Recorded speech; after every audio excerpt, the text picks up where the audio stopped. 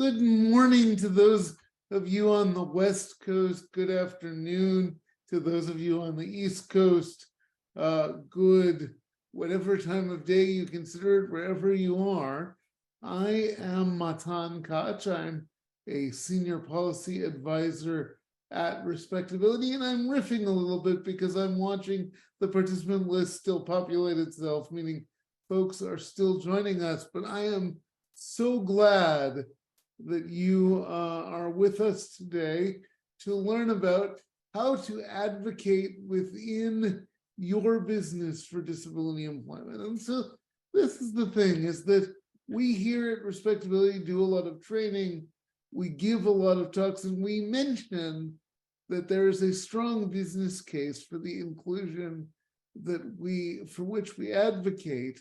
But the reality is that we usually put it on one slide and it's part of someone having come to see us.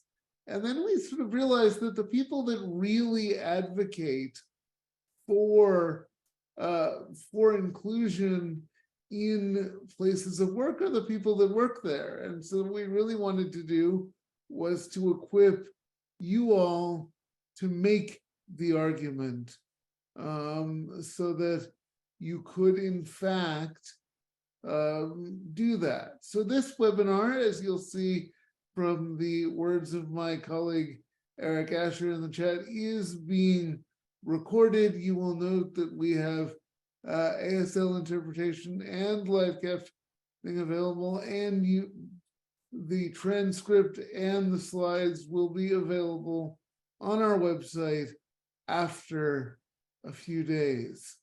So now I'm going to take you through the material, but my hope is that we'll get through it relatively quickly, and you'll put questions in that Q&A box, and we'll have a robust discussion. Jake, next slide, please. So just to set the stage, 61 million people in the United States have a disability. That's 1 in 4 adults. You've probably heard the 1 in 5 number, but because some disabilities are acquired later in life, it gets higher. What's important about that is that we're talking about a large population, and we are talking about a population that is, among us, that is not rare within our workplaces and within our consumer base. Next slide, please. And people with disabilities are a much broader set of folks than you think. Each of these folks that has a meaningful and notable impact in our society, and you can see their names on the slide itself, is in fact a person that identifies with a disability. Next slide, please. Disabilities can be temporary, they can be permanent, they can be visible, they can be non-visible, they can be from birth, or they can be acquired later. It all brings us to the same place, the disability community. Next slide, please. Anyone can acquire a disability from aging, from accident, trauma, and/or illness. And so we like to say that becoming an ally now, that learning as much as you can now will not only make you a good ally, but will make you adapt, will prepare you for the moment when you might yourself acquire a disability. Because as I like to say, almost everyone acquires a disability if they live long enough, so it's better than the alternative. And people with this, because it's such a universal experience, people with disabilities are diverse and part of all communities. Next slide, please.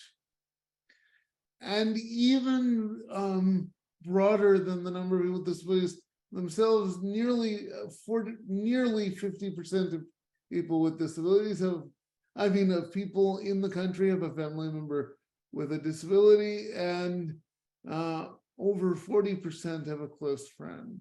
Next slide, please.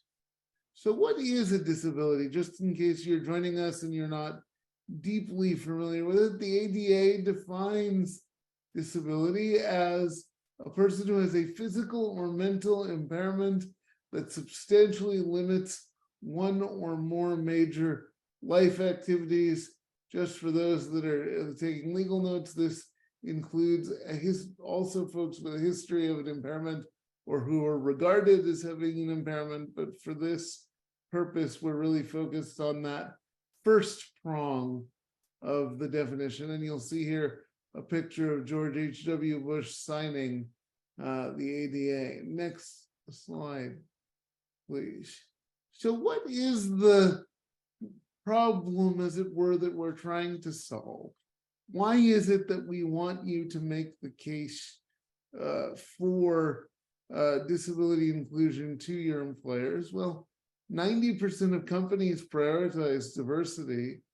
80% of the 415 employers that participate in the Disability Equality Index, a list maintained by the Disability Organization and Disability In, mention disability inclusion in their diversity commitments, which, by the way, means that 20% don't. And a group called Return on Disability that researches statistics about what folks do to embrace the disability market shows that only 27.5 of the 1,300 or so largest US companies have publicly observable disability activity. The next slide, please. This means that 930 companies are not engaging, are at least not publicly engaging disability at all among the top 1,300 or so in the country. That is a huge white space, my friends, and that's the white space that we hope that as internal advocates, you will be able to help close that gap. Next slide, please. And it's not just the companies with no message, with no activity. Even those companies that have learned to prioritize disability are missing out on the strength of the business case. Next slide. So there is a group called the Valuable 500. There are 500 companies that are publicly committed to putting disability on their business leadership agenda, increasing their organization's confidence and competence in disability inclusion. And this is a huge group that collectively represents 22 million employees across 41 countries. And I'm pretty sure that is supposed to be of over USD 8 trillion, a combined revenue of 8 trillion US dollars. Next slide, please. And here we have some logos of companies you've heard of that are part of the Valuable 500. Next slide. But, 87% of this group includes diversity efforts, but only 56% even publicly share that they're in the Valuable 500.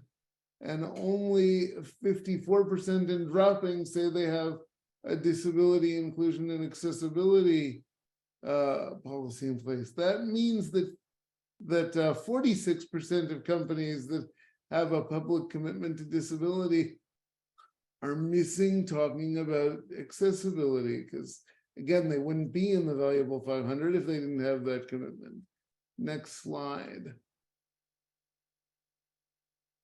But it also, so this doesn't support their stated priorities. When Valuable 500 surveyed them, 74% of companies reported that they are an inclusive employer. 70% said they have an ERG. That means they're looking for you. You have a solution that they want, but they don't have the policies in place to get there. Next slide.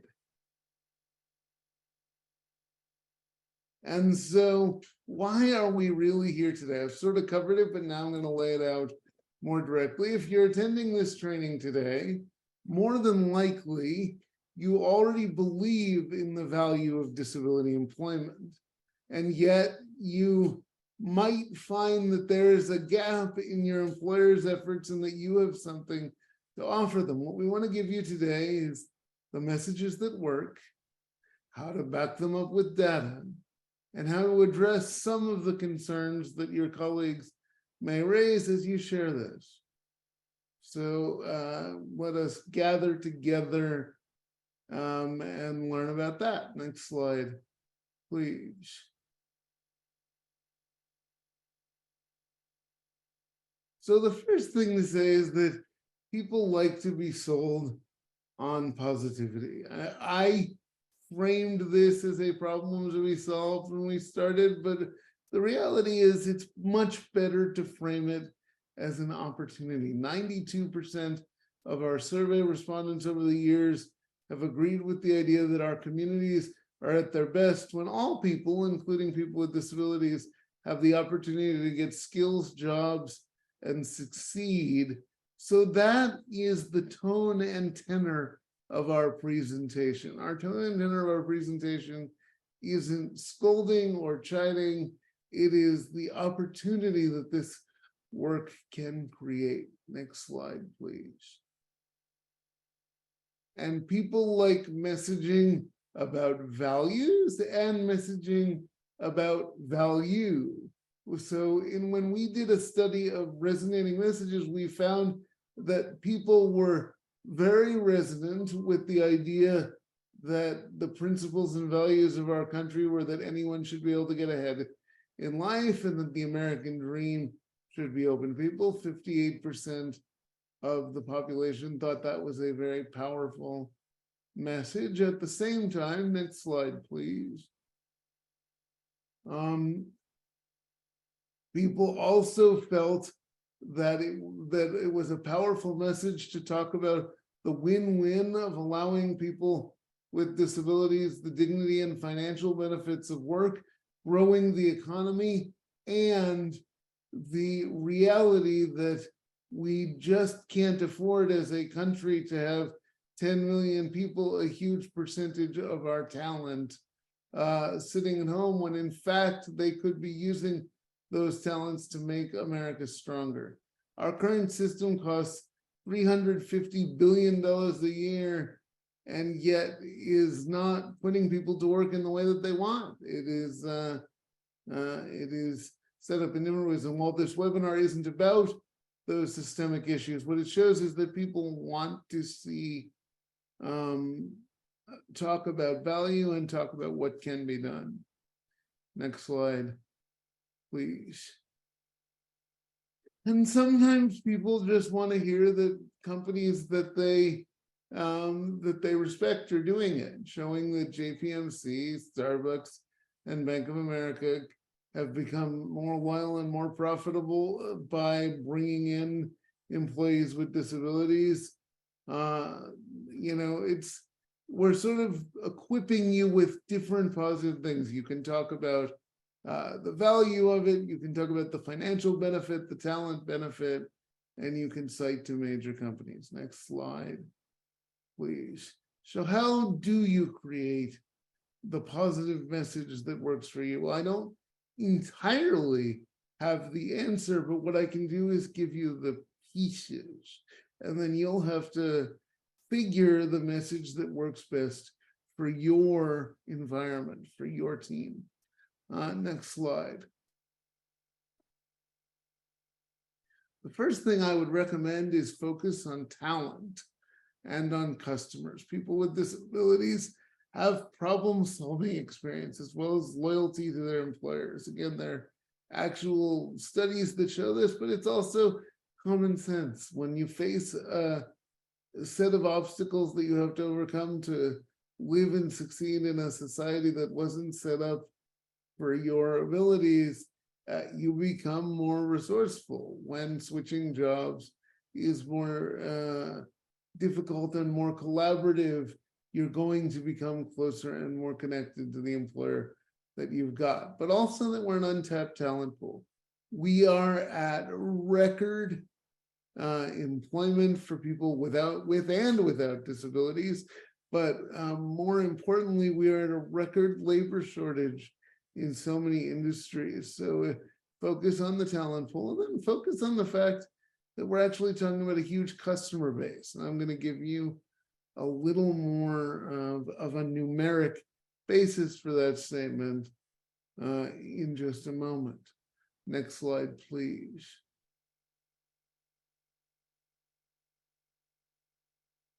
So what is that market? With an estimated population of 1.85 billion people, we are an emerging market larger than the country of China. The prevalence of disability above age 65 is 51.8%. And our friends and family represent another 3.3 billion potential consumers. Now, somehow the citation got a little switched around, but this data comes from a 2020 report, the Global Economics of Disability. There's a huge consumer market out there. And again, we have numbers to back this assertion up. And we're happy to provide a copy of that report, which was done, I think, by the Return on Disability Group.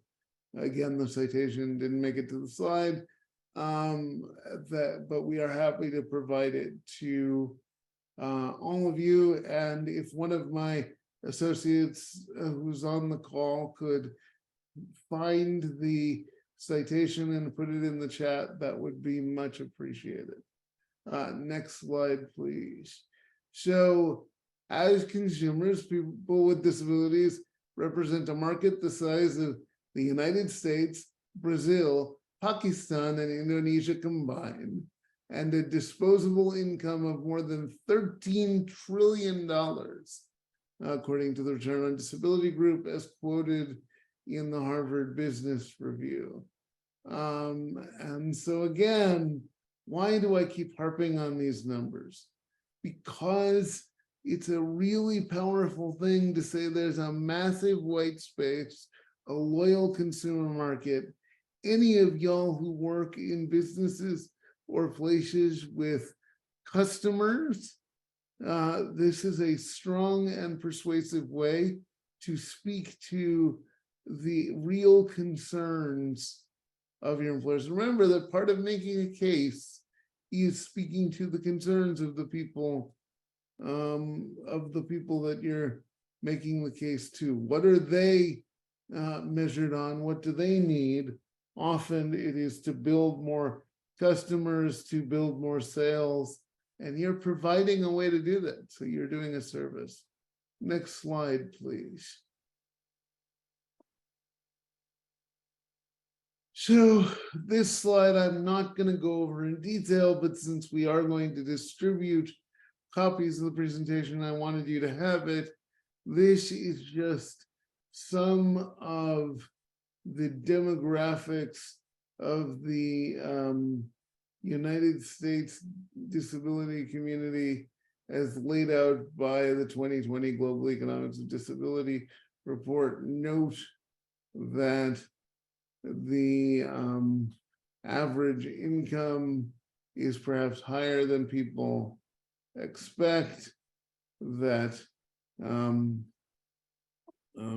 that it's just very interesting to learn and see the numbers. Next slide. And as I said, it's a huge white space.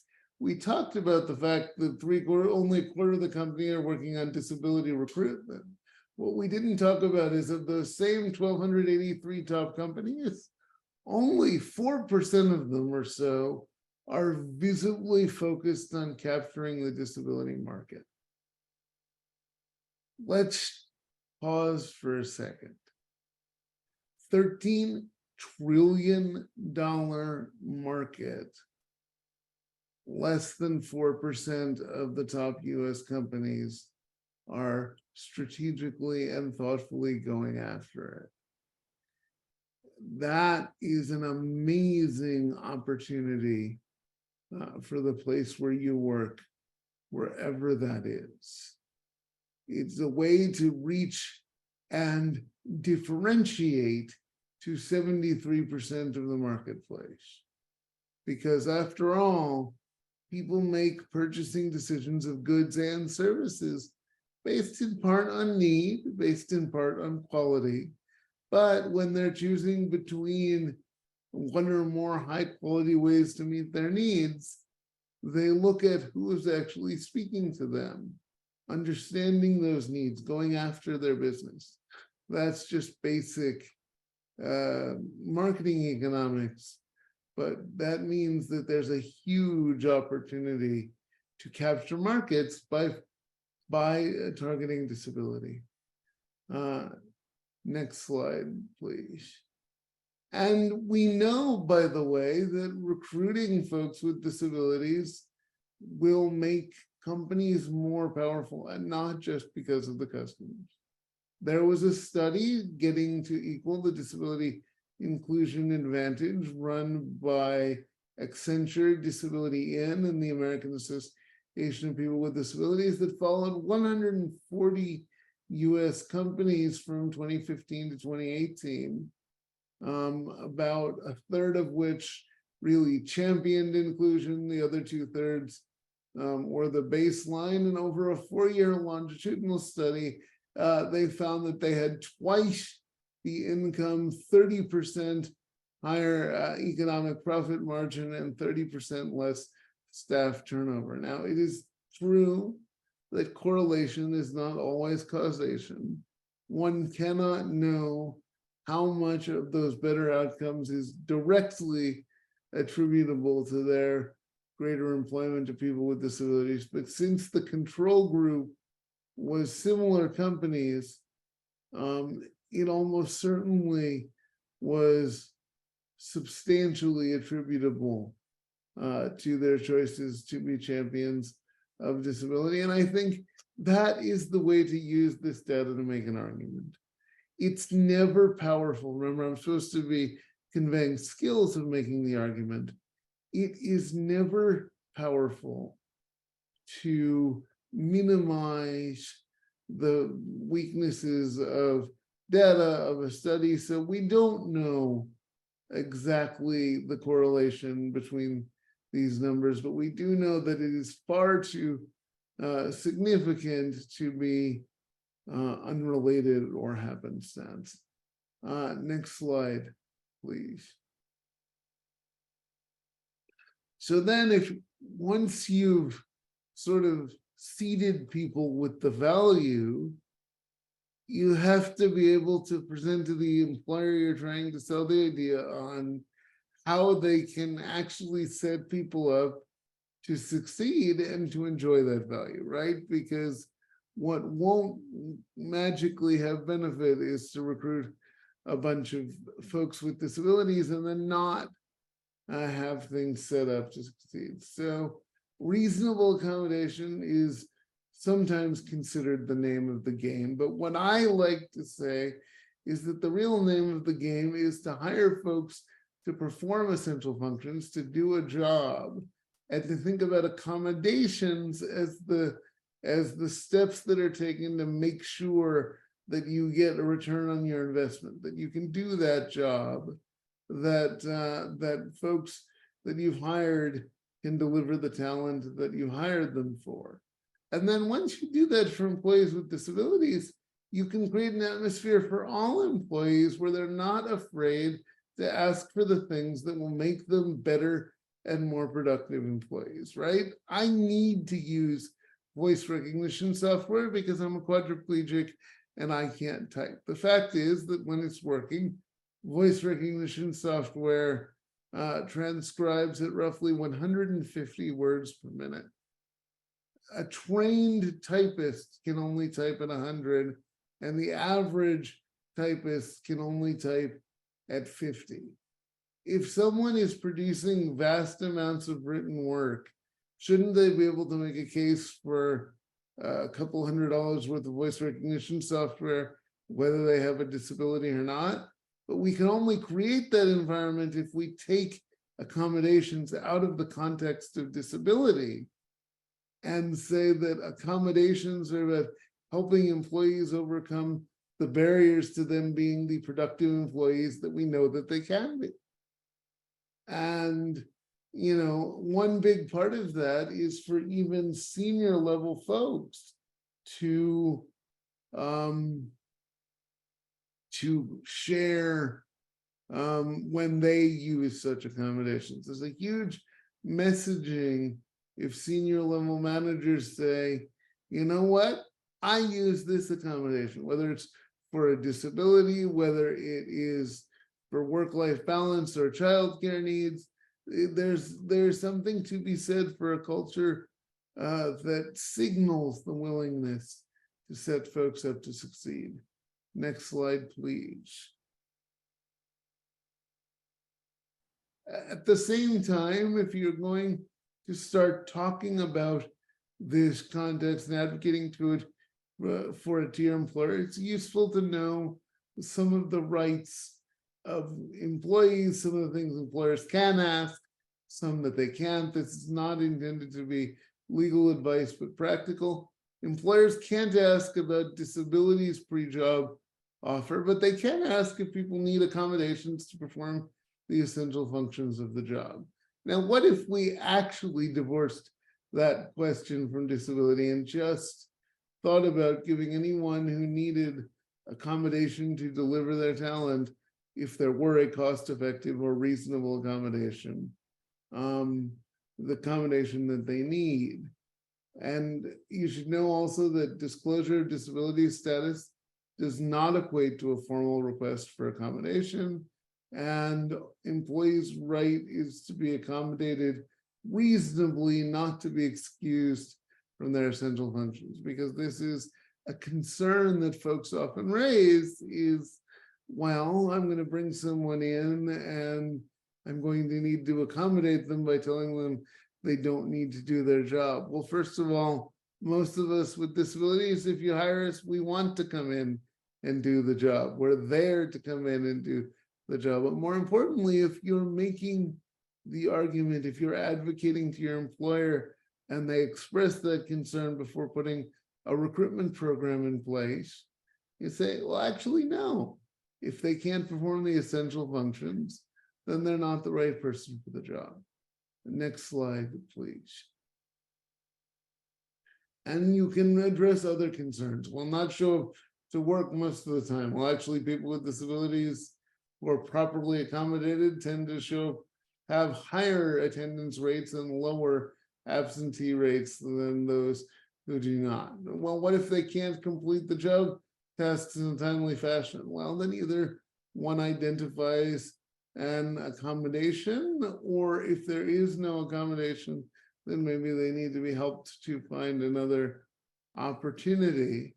I won't be able to understand the needs of my customers. Now, this comes back to understanding that there's a disability consumer base, right? Because I would argue that the best way to understand customers is to have broad lived experience among the folks that are serving your customers. So employees with disabilities may actually be better able to understand the needs of at least some of your customers. My insurance rates will go up. Well, on the individual level, that isn't legal. They can't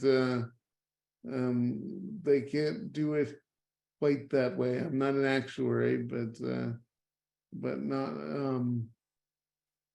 but insurance rates have to do with actual population level utilization, not individual characteristics of individual employees. Won't be able to engage other employees properly. Well, again, this is empirically not true. We know that most folks with disabilities are in fact able to engage other employees. But again, if an employee can't do that without reasonable, with even reasonable accommodations, then maybe they're not the right fit. Will not be able to be disciplined or fired. Well, this is just wrong. It is true that you can't discipline or fire someone for having a disability-related job need before you've made the best faith effort you can at reasonable accommodation. But if they are either unwilling to do the work violating workplace policies in a way that is not disability specific, and or one cannot find an accommodation that will allow them to effectively do the work, they can be disciplined or fired just like anyone else. And again, I like to think that in a strong workplace, discipline and termination are last-ditch efforts, and in fact, remedial efforts would be taken with any employee, whether a disability or not. Next slide, please. And then you can tell them the upside of the recruitment. It's a huge talent pool. While the employment rate of people with disabilities has been going up from 36.6% from 37.8% now, up from 36.6 in February of 22, but it also means that folks with disabilities are still roughly at half the employment level of the labor force participation level of their non-disabled counterparts, which means that there are, just a fantastic number of people out there looking for work, ready to work, and often able to work. Next slide, please. And yes, so here we quantify it at possibly as many as 400,000 workers looking for new opportunities to earn income and become independent. I've got to tell you, as someone who works in part in recruitment and hiring, if you told me I had a 400,000 person talent pool that I wasn't tapping, I'd want to figure out how to tap it. Next slide, please. So now we get to the part that I'm actually interested in, because I want to answer your questions. I want to engage with you. So let's drop the presentation for now, just because you don't really need to stare at pictures. And I'm going to first look at questions that have gone into the Q&A box. So I'm going to answer the second question first. Yes, we will distribute a copy of the PowerPoint to any attendee, and it will be available on the Respectability website once it has been edited. At the same time, no, we are not an accredited continuing education provider, so there are not continuing education units to offer. Now, coming back to a question that was asked earlier, can we address race-based organizations that say they're addressing disability inclusion but do not follow through? Well, so I think it's a really important question. The question was posed by Stephen McNeil. It's a very important question, but the whole idea here is to make a value-based argument. So my guess is that if folks say they're addressing disability inclusion, but they aren't, it's because they haven't seen the value of actually doing it. Because ironically, you don't realize value from lip service, right? You realize value when you take the steps. If folks are giving lip service and not doing, it's because we have not yet appropriately demonstrated the value. So I would say the best way to do it is say, hey, we know you've got a commitment, because it's not really worth it to accuse people of not following through. But you say, you're missing out on all of this value because you haven't taken this concrete step or this concrete step, and frame it positively, but sort of address, address value, and that will, I think, help. We have another question here. What resources might you suggest for how to make the workplace more inclusive without necessarily requiring employees to disclose a disability? Well, I'm going to give two different answers. The first is I do think we want to create a culture where disclosure isn't a negative. But the second, to go back to what I said before, is if we create a culture where disclosing a barrier or a need starts a discussion about how to meet that need and increase efficiency, regardless of the source of the need, disability, a change in family status, unexpected hardship of some other kind, simple geographic realities, then it doesn't become about disclosure, because it ends up being a workplace where telling your manager that there's a barrier to you being the best employee you could be and that you think there's a cost-effective solution is enough to start the conversation, whether you've got a disability or not. So I think I can't suggest resources because we're in a new space, but I think that is the way we get to where you would like to be. I hope that answers the question. If not, feel free to put a follow-up in the box. Next question.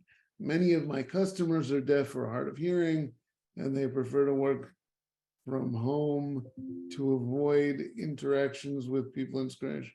What jobs do you recommend for those who want to work from home? Well, the short answer is I recommend for folks that want to work from home any job that can be meaningfully done from home. I think that the thing that we have learned as we look at accommodation is that artificial policy-based restrictions on what we will accommodate and what we will provide and what we can do just cut down on values. So I would flip the script and I would look for the job an individual wants and construct the good faith argument of why it can be done from home. Now, I do want to say that it hurts my heart to think that folks would be pushed into their home by discrimination. So I also want to call out to everyone to be allies of those that feel that they are facing discrimination in their daily interactions, because the onus should not just be on the folks that are experiencing that, but nor should those folks have to retreat into their home because they're being excluded. So the practical answer is to flip the script and make the case why the job they want can be done from home. The secondary point is maybe some of these arguments can help us strive for a world where one is not driven to need to feel like the workplace is not a comfortable place. We have a comment, and yes, Gary, the data shows that right now disability is not as widely incorporated into diversity programs as we would like, and the webinar is about how to change it. How do I suggest starting this conversation, especially at a large organization where the wheels of change move slowly? Well, so I think the first thing you need to do at a large organization is figure out who is positionally able to make the change, right?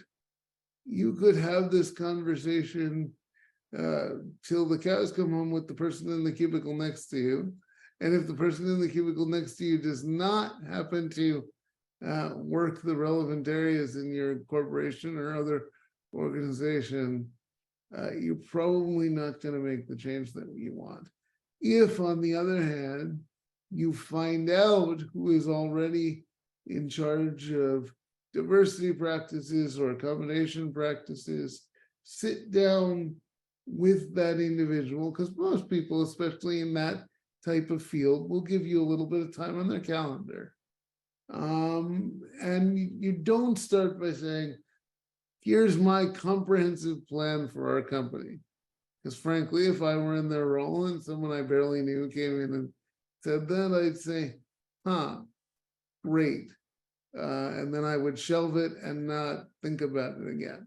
What you want to do is instead say, can I talk to you for a minute about some data you might not know about the benefits that we could gain from beefing up our disability program? And you present them some version of this data, and you let them get excited about some part of it and start thinking about what moves them, because there's the starting point. You don't want targets, you want allies, you don't want people to feel pushed, you want to make them excited about the opportunity. That said, the bigger your organization, the slower things are going to move. There isn't a magic bullet. Even when litigation is used as a tool, it takes time in large organizations, right? So I think one has to work steadily, work confidently, but not expect a finger snap change. Hopefully that answers that question. Where should we direct hiring managers to find talent in the disability community? Well, I admit to not having a comprehensive list, but just off the top of my head, there are options like Disability In, like Lime Connect. There are Voc Rehab agencies. Those are agencies that are either government agencies or engaged by the government to train people with disabilities to work and to help them get employed. There are America's Job Centers, all of which are supposed to be serving people with disabilities. There are university disability offices. There are university career offices where if you already have a recruitment relationship, you can say, have you interfaced with your disability office to see that you are serving the talent pipeline with disabilities? I think that there are a myriad of answers to that question, and I just rattled off however many I did in a relatively short period of reflection. But the bottom line is very much like Field of Dreams, classic movie that it is. If you build it, they will come. I think that there are many motivated people with disabilities looking for jobs all the time. And so if you make your organization a good place to work with a disability, and you get that out there publicly, the applicants are going to come to you because they look at LinkedIn, they look at Indeed, they look at all the same places that everybody else does. And if you have the right reputation in the community as a good place to work with a disability, then they're going to also come to you. So do some work to build that reputation. What ways can people with disabilities prove they are worthy of promotion and management position? They often have to work hard to prove capabilities, but I'm seeing that are often overlooked or not considered for management positions. Well, there's a few steps there. First step, for lack of a better term, and hopefully not sounding too flip, is be worthy, right? Meaning do well, be good at your job, demonstrate management and promotion potential. When you do that, once you do that, promote it in the right way. In most organizations, and I think we can all agree this is not how it should work, but it is how it does work. You have to find clever ways to toot your own horn when you've accomplished something. Look for mentors, look for more seniorly placed folks, but it really starts with doing the work to be ready for it, because nobody should be considered for a management position if they haven't yet demonstrated the potential to manage. Nobody should be considered for promotion if they're not already succeeding to a wide degree in their present position. So it's really a first step. Establish that impeccable track record. Then, make sure that everybody else knows about it in a strategic way. That brings us to the bottom of the Q&A box right now, although you should feel free to continue putting your questions in. We have about, 9 or 10 more minutes that we can answer questions, although there is nothing that says that we have to go for the full hour.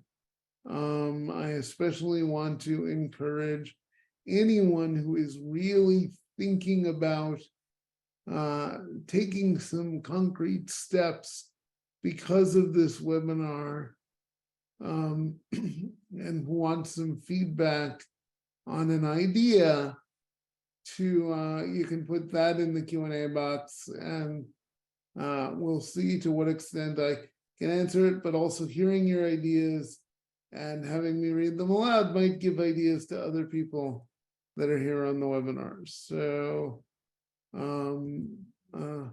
please, to the extent that you have things to share, put that in the Q&A box and allow us to speak to it. And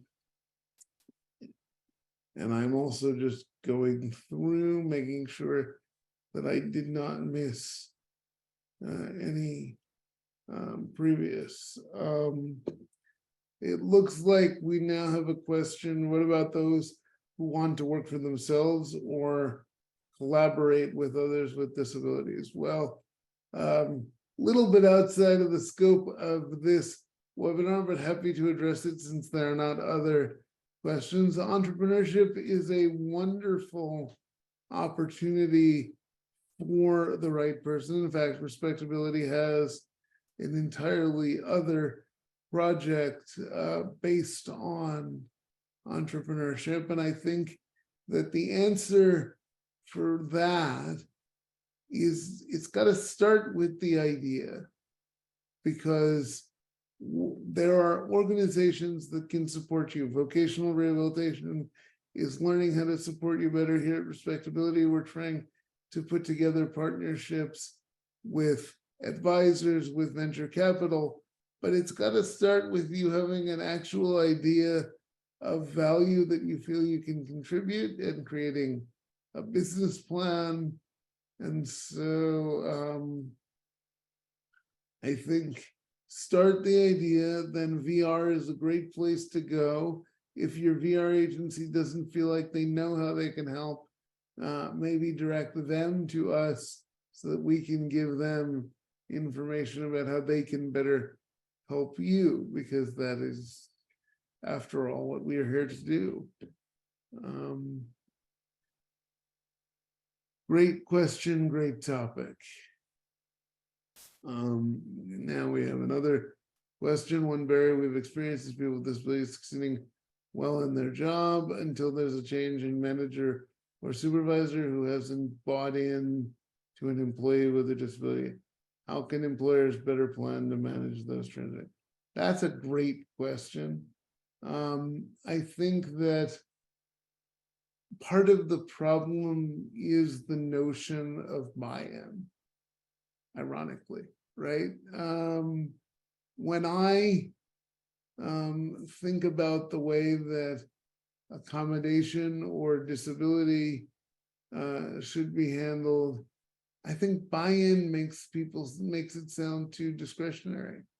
I think that accommodations and accommodation policies should be done at the centralized organizational level, so that a change in management doesn't really affect the accommodation.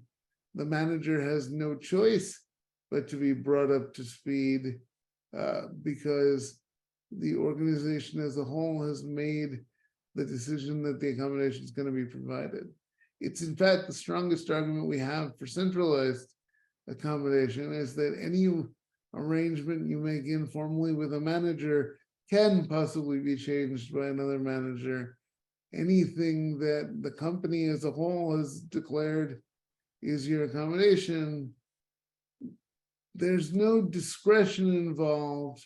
So assuming the employee is succeeding, there will be time for the new manager to learn and embrace and love the accommodation that makes that the case. Now, is it always going to be like that? No, sometimes managers will be recalcitrant, and a senior manager might simply have to say, this is company policy. I'm sorry that, you would prefer for it not to be, but look how this is helping this person to succeed. And I see that you responded by saying unofficially a manager can be less than enthusiastic or supportive. Absolutely. And that's why, again, take the subjectivity out of it. If the accommodation that you're providing is clearly defined, if the required steps are clearly defined, it doesn't really matter whether you're enthusiastic or not. Do it or don't do it. If you need to give someone a flexible schedule and the parameters are that you let them flex something by X amount of hours per X amount of days or something, then the manager's enthusiasm is irrelevant. Ironically, most of these problems are a function of informality, that the more that accommodations are left up to discretion, there's more of a problem with the way that discretion is exercised. On the flip, there's also more of a problem for the organization, right? Because the firm accommodation plan presumably has been vetted for value, vetted for cost, vetted for efficiency, vetted for impact. If it's sort of being done a little more on the whim of individual supervisors, there could be inefficiencies in both directions. There could be things that are disadvantaging the employee. There could also be things disadvantaging the employer. And so I hope that answers the question. We possibly have time for one more, but I do want to have some closing remarks. So get your last question in, anyone, if you have one. And then we look forward to that. Hearing none or seeing none, since unfortunately we can't verbalize them in this format. I want to say that I really enjoyed sharing this with you today. I enjoyed the questions, I enjoyed the discussion, but it will only be of great value if you plan to take what we've discussed here today and go do something with it. So my heartfelt plea is that you take this data that we're going to provide when we send you the presentation afterwards and use it in whatever way works for you. If you don't understand it, if you need clarification, my contact information is in the presentation. Respectability's website is also a resource, and let's just continue to use it. And I think that that will go forward. We also have coming up over the next few months, as we come across our 10th anniversary, a series of fireside chats on a number of very exciting issues, webinars culminating in an in-person conference in Los Angeles in July. Eric has put the link in the chat, www.respectability.org/10. I do so love these simple links. They're fantastic. And I want to say that as soon as as the webinar ends, a survey link is going to pop up. And I deeply ask you to fill out the survey for 3 reasons. First of all, the feedback is important to us. We will get better, we will get stronger for having done it. Second of all, we need to be able to track the efficacy of our teaching so that we can continue to ask people to fund it. This was made available free to our audience today by the generosity of our funders, but our funders understandably want to know that our trainings are having results. So you'll see a link to the survey to tell that. But the third reason to do it is because it lets you think about what you want to do with what you learned today. So again, when the Zoom ends in a moment, a survey link will pop up. Please go, please take it. We will be grateful. I want to thank you all for waking up here today. I want to thank those who asked questions. I want to thank those who listened, even if you did not have a chance to ask a question. I want to wish you all a wonderful weekend. I want to thank Eric Asher, Rustam Dadian, and Jake Stimmel, my team that helped me to put this on today. I want to thank our captioner, our interpreter, and I want to wish you all a great weekend. Thank you so much. Eric, I think we can end the webinar.